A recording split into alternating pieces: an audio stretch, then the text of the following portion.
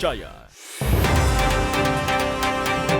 2 tahun tak kunjung diperbaiki oleh pemerintah, sejumlah warga di Desa Pentadio, Kabupaten Gorontalo berunjuk rasa dengan memblokade jalan. Petani tebu di Gorontalo mengeluh lantaran tebu mereka dibeli oleh pabrik gula dengan harga di bawah standar aturan pemerintah.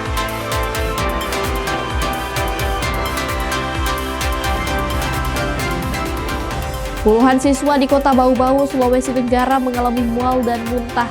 Diduga keracunan usai menyantap makan bergizi gratis yang dibagikan di sekolah.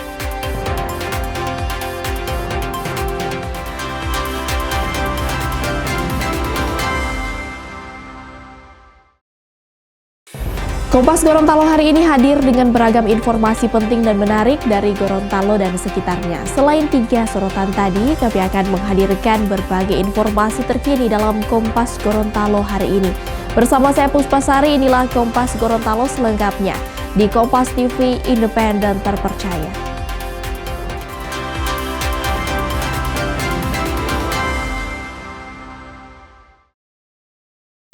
Kita awali informasi pertama, saudara. Warga Desa Pentadio Barat, Kecamatan Telaga Biru, Kabupaten Gorontalo, memblokade jalan desa. Hal ini dilakukan sebagai bentuk protes warga lantaran 2 tahun rusak, jalan tak kunjung diperbaiki oleh pemerintah daerah. Warga Desa Pentadio Barat, Kecamatan Telaga Biru, Kabupaten Gorontalo, memblokade jalan lantaran kesal dengan kondisi jalan yang rusak dan tidak ada upaya perbaikan dari pemerintah daerah. Jalan ini sudah rusak sejak 2 tahun lalu. Dengan menggunakan kayu dan seng bekas, warga menutup jalan sehingga kendaraan tidak dapat melintas. Padahal jalan ini menjadi akses utama menuju sekolah dan pasar, sehingga sering dilalui kendaraan. Akibat kondisi jalan yang rusak, banyak pengendara yang mengalami kecelakaan saat melintas. Salah satu warga bilang, aksi blokade jalan ini sudah dilakukan hingga 3 kali, namun tak kunjung ada perhatian dari pemerintah. Dan ini akses untuk ke sekolah SDN 3, SN 16, sampai itu mereka blok sampai sudah ketiga kali ini. Jadi maunya masyarakat sini supaya cepat diperbaiki. Ini sudah berapa lama DP rusaknya? Sudah 2 tahun, Pak. Sudah 2 tahun. 2 tahun? Iya. Itu DP rusak itu kan lubang-lubang gitu? Lubang-lubang, ada potong-potong, ada lubang-lubang ini. Yang kali ada kalanya orang tua siswa kalau musim hujan, antar mereka punya anak ke sekolah, ada kalanya kecelakaan terjadi kecelakaan. Sementara itu, pemerintah desa setempat mengaku telah berkoordinasi dengan Dinas PUPR Kabupaten Gorontalo dan akan segera memperbaiki kondisi jalan yang dikeluhkan warga. Depan jalan yang ada di jalan yang nama Tenggo ini berawal dari itu malam minggu, mereka sudah melakukan penutupan. Tapi di malam minggu itu Kepala Desa sempat mengeluarkan dan sempat bicara dengan warga setempat, mengatakan bahwa ini jalan akan diperbaiki. Jadi di situ ayah sudah menjelaskan, tapi mereka buat di malam Senin lagi. Sebelumnya pemerintah desa pun telah berupaya memberikan penjelasan kepada warga, namun warga tetap kembali melakukan blokade jalan lantaran kecewa dan kesal. Akses jalan ini pun akan diblokade hingga pemerintah menindaklanjuti keluhan warga. Tim Liputan Kompas TV, Kabupaten Gorontalo, Gorontalo. Saudara, ribuan honorer antri di halaman Polres Polewali Mandar, Sulawesi Barat untuk mengurus surat keterangan catatan kepolisian atau SKCK sebagai salah satu syarat administrasi penerimaan pegawai pemerintah dengan perjanjian kerja atau P3K paruh waktu 2025. Dalam 3 hari terakhir, ribuan warga terlihat berdesakan di halaman Polres Polewali Mandar. Antrean panjang terlihat sejak pagi hingga malam hari. Mereka didominasi tenaga honorer yang dinyatakan lulus seleksi P3K dan diwajibkan mengurus SKCK sebagai persyaratan administrasi. Dalam sehari, jumlah pemohon bisa mencapai 1.000 orang. Namun SKCK yang bisa diterbitkan hanya sekitar 300 dokumen. Akibatnya banyak pemohon baru bisa menerima SKCK pada keesokan harinya. Agar bisa mengakomodir lonjakan pemohon, pihak Polres Polman juga menambah jam layanan dari pagi hingga malam hari. Selain itu, Sabtu dan Minggu tetap buka untuk melayani warga. Kemarin ke sini cuma daftar hadir, terus isi daftar online, baru disuruh lagi kembali. Tadi jam berapa datang? Tadi jam 8. Ini sudah berapa jam? Ini 8, 9, 10, 4 jam. Dalam hal penerbitan SKCK ini memang terkendala di sini Pak, karena pemohon membludak. Terkendala di mana pada hari pertama itu aplikasi mengalami gangguan. Nah itulah yang akhirnya mengalami keterlambatan pelayanan karena diisi dengan manual aplikasinya. Sementara itu, Saudara, pencari kerja memadati job fair yang diselenggarakan pemerintah Provinsi Papua Barat Daya. Sekitar 1.000 lebih lowongan pekerjaan tersedia dari 17 perusahaan. Job fair yang akan berlangsung selama 2 hari ke depan diikuti oleh 17 perusahaan dari berbagai sektor seperti BUMN, perkebunan, retail, perhotelan, dan perusahaan jasa alih daya, serta beberapa perusahaan jasa berskala nasional. Dengan total lowongan kerja yang tersedia sebanyak 1.062, mulai dari jenjang profesi dan mulai dari level staf, teknisi, hingga manajer. Pemerintah Provinsi Papua Barat Daya berharap agar para pencari kerja memanfaatkan momen yang ada untuk bisa mendapatkan kerja sesuai dengan kemampuan dan keahlian yang dimiliki. Saya Masih Papua meminta kepada pemerintah Provinsi Papua Barat Daya dan perusahaan-perusahaan yang hari ini ikut terlibat di job fair ini, yang mana bisa membuka ruang sedikit, artinya membuka peluang kerja untuk kami anak-anak Papua. Artinya hari ini kegiatan ini adalah pembiayanya dana OCIS. Jadi kami minta supaya job fair ini membuka berapa persen tenaga yang akan direkrut nanti 1062 itu, supaya kami anak-anak Papua yang hari ini mencari kerja bisa diambil. Saya berharap kegiatan job fair ini menjadi sebuah sarana untuk menghubungkan para pencari kerja dengan dunia industri. Acara ini merupakan wujud komitmen pemerintah Provinsi Papua Barat Daya dalam menjawab tantangan ketenagakerjaan yang kita hadapi.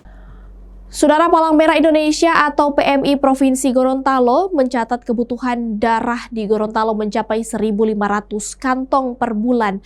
Namun ketersediaan hanya berkisar 800 hingga 1.000 kantong. Untuk itu PMI Gorontalo terus berkolaborasi dalam menggelar donor darah secara sukarela bersama berbagai instansi dan organisasi.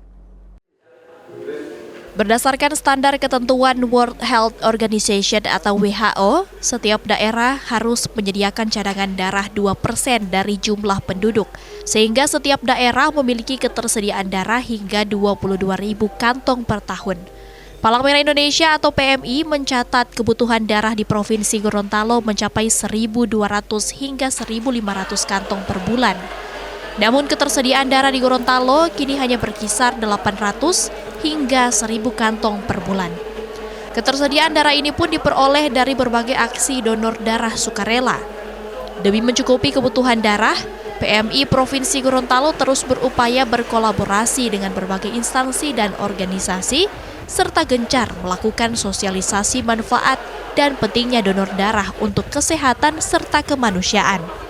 Untuk Provinsi Gorontalo yang jumlah penduduknya 1,1 jiwa, kalau dirata-ratakan itu harus tersedia kurang lebih 22.000 kantong per tahun.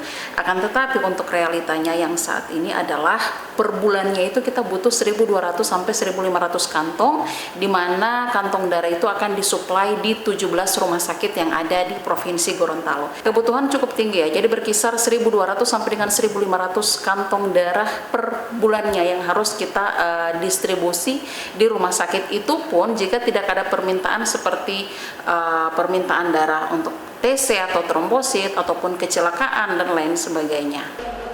Ketersediaan darah yang diperoleh oleh PMI Provinsi akan disuplai ke 17 rumah sakit yang ada di Provinsi Gorontalo untuk memenuhi kebutuhan darah warga. Tim Liputan Kompas TV Gorontalo. Petani tebu di Gorontalo mengeluh lantaran tebu mereka dibeli oleh pabrik gula dengan harga di bawah standar aturan pemerintah. Informasi selengkapnya usai jeda. Tetaplah bersama kami di Kompas Gorontalo.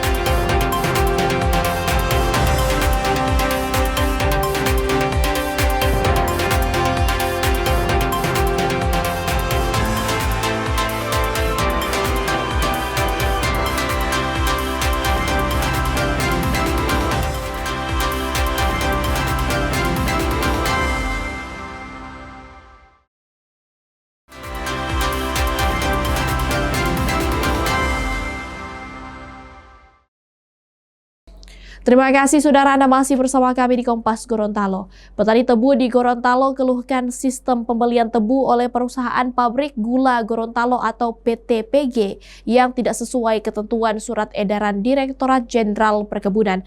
Meski aduan telah disampaikan dan disepakati bersama instansi terkait, Dirjen Perkebunan justru belum mengeluarkan dan menandatangani surat pemberian sanksi ke perusahaan.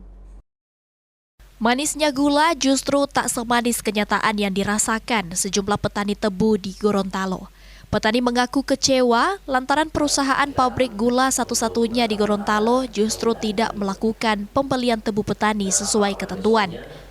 Berdasarkan surat edaran Dirjen Perkebunan sejak 21 Juli 2025, harga pembelian tebu seharusnya sebesar Rp660.000 per ton.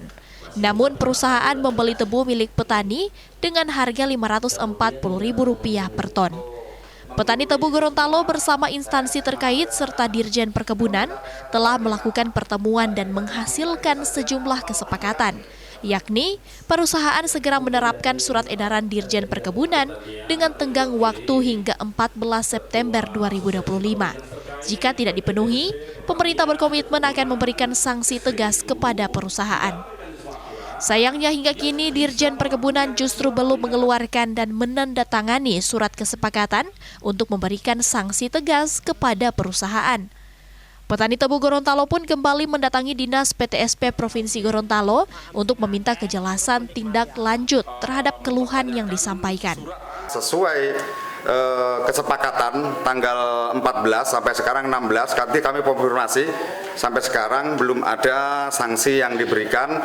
Oleh karenanya kami mempertanyakan juga pernyataan sikap dari Dirjen Perkebunan melalui surat edarannya yang B985 itu sampai sekarang belum terlaksana di pabrik gula Gorontalo. Bahkan Pak Dirjen sendiri belum menandatangani surat Zoom kita bersama-sama melakukan Zoom meeting itu sampai sekarang belum ditandatangani sama Pak Dirjen. Ada apa dengan Pak Dirjen? Mohon Gorontalo diperhatikan.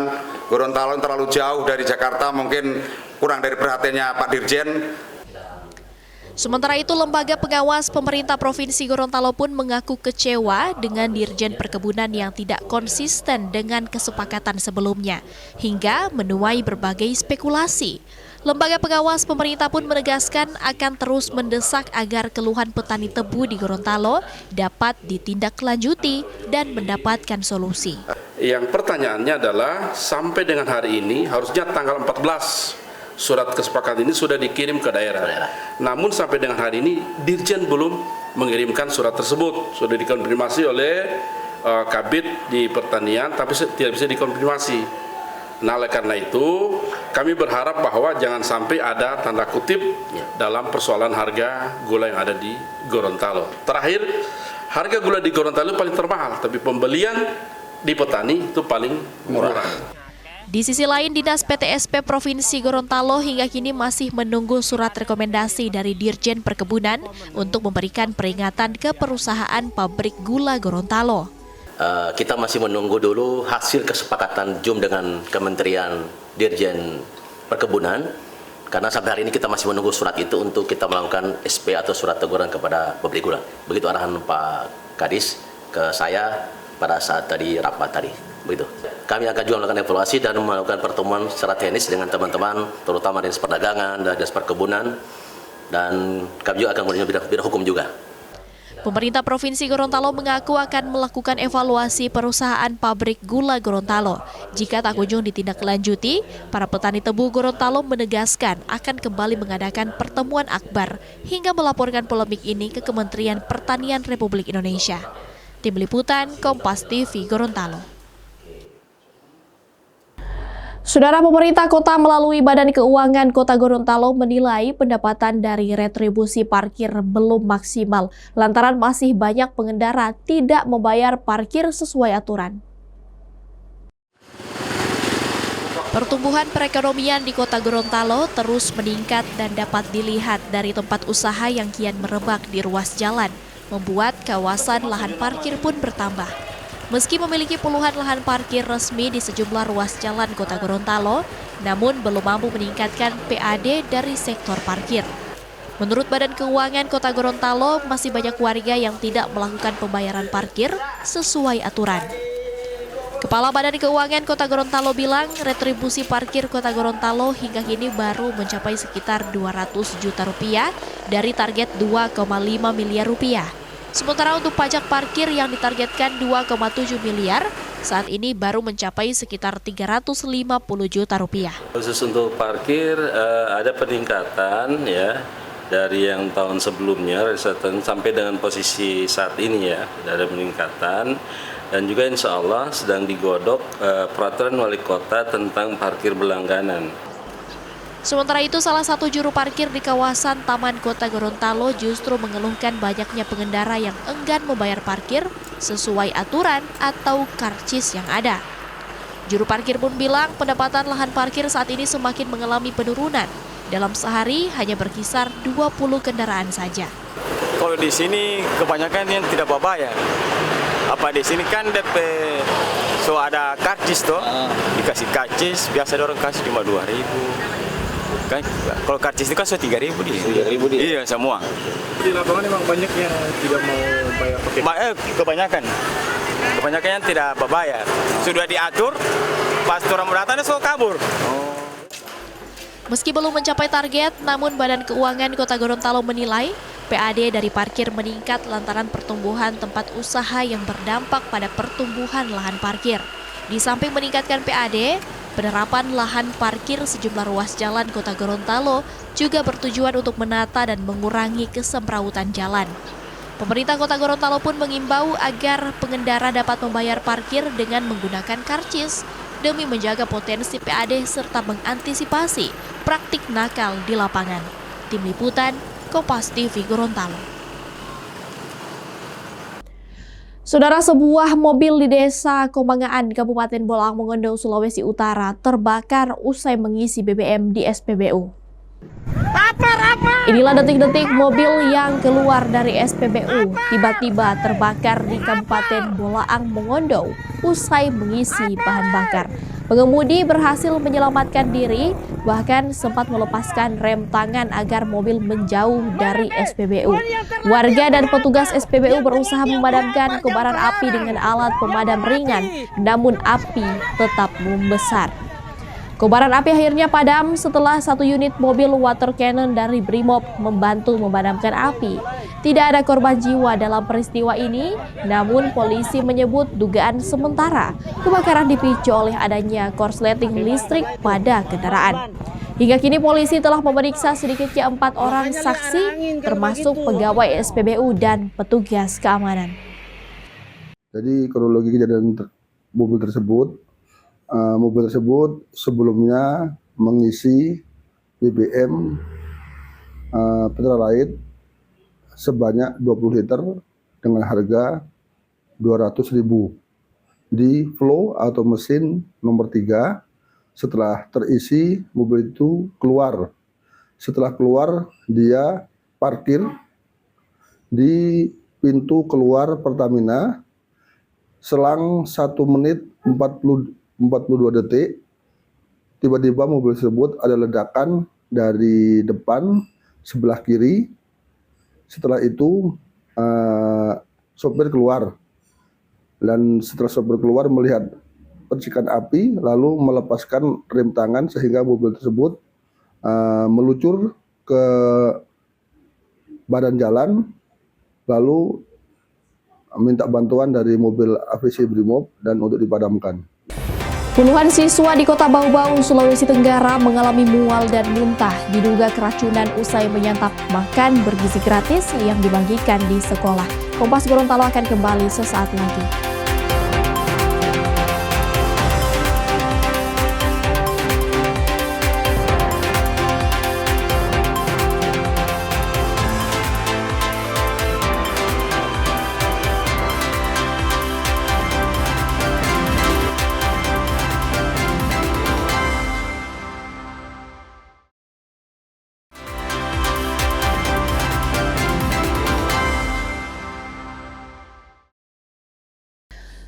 Anda masih menyaksikan Kompas Gorontalo bersama saya Puspasari. Saudara, puluhan siswa di Kota Bau-Bau, Sulawesi Tenggara diduga mengalami keracunan usai menyantap makanan bergizi gratis atau MBG yang dibagikan di sekolah. Puluhan siswa terpaksa dibawa ke puskesmas untuk mendapatkan pertolongan. Sekitar 37 siswa di Kota Bau-Bau, Sulawesi Tenggara diduga mengalami keracunan makanan bergizi gratis yang dibagikan di sekolah.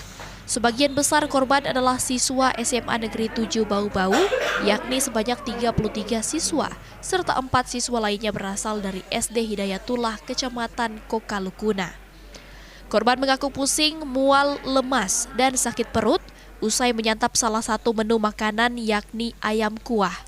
Para siswa mengaku ayam dalam menu MBG tersebut telah mengeluarkan bau yang tak sedap dan rasanya pahit. Boleh ya?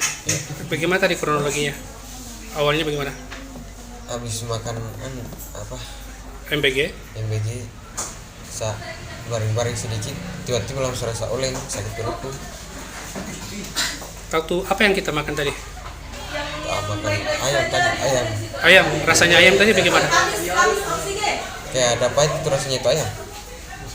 Kayak ada pahit ya? Iya. Itu ayamnya itu? Ya. Tapi sudah dicium, udah bau atau bagaimana? Iya, udah bau. Dicium sudah bau ya? Pas habis makan langsung pusing? Belum, sama bareng-bareng sebentar baru rasa pusing. Pusing, lemas, sakit perut. Kepala SMA Negeri 7 mengaku MBG yang tiba langsung didistribusikan ke seluruh kelas. Namun sekitar 1 jam kemudian, belasan siswa mengeluh pusing dan sakit perut. Penyebabnya mereka tadi habis makan makanan bergizi, jam 10:30 tadi kan diantar makanannya. Terus kami distribusi ke kelas-kelas supaya mereka makan. Nah, tiba-tiba ada siswa yang melapor bahwa makanannya ayamnya tidak enak baunya. Jadi kami guru-guru buka, kan ada berapa umprengan tadi yang sisa kami buka, ternyata betul. Maka serentak saya perintahkan kepada guru-guru supaya masuk di kelas-kelas, hentikan, jangan makan lagi. Itu saja. Tapi ini sudah ada yang makan. Terlanjur makan, Bu? Ya, sudah ada yang terlanjur makan, sehingga yang terlanjur makan itu 1 jam kemudian mereka sudah merasa sakit perut. Maka kita evakuasi lah. Saya sebagai kepala sekolah di sana, saya menelpon dapur itu. Puluhan siswa yang menjadi korban kemudian dibawa ke 3 puskesmas terdekat untuk mendapatkan pertolongan. Jadi gini teman-teman, yang masuk dalam laporan kami itu ada 37 anak dari 2 sekolah, yakni SMA 7 dan SD Hidayatullah. Dan alhamdulillah per jam 16.30 tadi anak-anak itu semua sudah kembali ke rumah. Dinas Kesehatan Kota Bau-Bau sudah mengambil sampel makanan untuk dilakukan pengujian laboratorium. Hasil laboratorium nantinya akan menentukan penyebab pasti kejadian ini. Tim Liputan Kompas TV, Bau-Bau, Sulawesi Tenggara. Saudara, kapal ikan yang diduga mengangkut bahan bakar minyak ilegal ditangkap oleh TNI Angkatan Laut dari Komando Daerah Militer Laut atau Kodaeral 11 Ambon. Penangkapan dilakukan setelah petugas mencurigai aktivitas kapal yang hendak berlayar dari Ambon menuju Kepulauan Aru. Saat diperiksa, petugas menemukan puluhan ABK bersama BBM ilegal yang ditampung di dalam palka kapal yang tidak dilengkapi dokumen resmi. BBM yang ditemukan jenis biosolar seberat 60 ton. Kasus ini masih diselidiki untuk mengetahui pihak yang bertanggung jawab terkait pengiriman BBM ilegal. Untuk pelanggarannya adalah ada beberapa ABK atau anak buah kapal dari kapal ikan tersebut tidak disicil. Kemudian yang kedua, dia mengangkut BBM berupa biosolar sebanyak 60.000 kiloliter dan ini diduga ilegal. Jadi kita masih dalam tahap pendalaman pemilik aslinya siapa, kemudian nanti setelah di tempat tujuan diterima siapa. Saudara, tersangka kerusuhan yang berujung pembakaran kantor DPRD Sulawesi Selatan dan kantor DPRD Kota Makassar kembali bertambah. Saat ini penambahan tersangka menjadi 53 orang berasal dari sejumlah kasus terbaru, seperti kasus penganiayaan yang berujung tewasnya pengendara ojol yang dituduh sebagai intel. Untuk kasus ini, polisi telah menetapkan 3 tersangka. Kasus perusakan dan pembakaran 2 pos lantas, 4 orang tersangka, dan 1 tersangka terkait Undang-Undang ITE tentang penghasutan di media sosial. Sementara itu, tersangka pencurian mesin ATM Bank Sulselbar di kantor DPRD Makassar. Jumlah tersangka yang sebelumnya 4 orang, kini menjadi 10 orang. Sampai dengan saat ini, rekan kalian, sudah ada penambahan jumlah tersangka.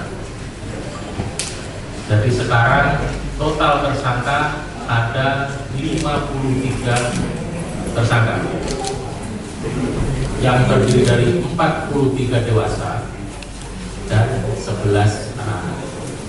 Terhadap 11 tersangka anak-anak ini juga mendapatkan perlakuan khusus sesuai dengan hak-haknya, tetapi masih tetap dalam proses penyidikan.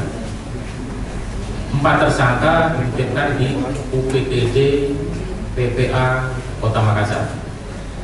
Saudara, informasi tadi sekaligus mengakhiri perjumpaan kita dalam program Kompas Gorontalo hari ini. Setelah ini Anda akan terhubung dengan Kompas TV Jakarta.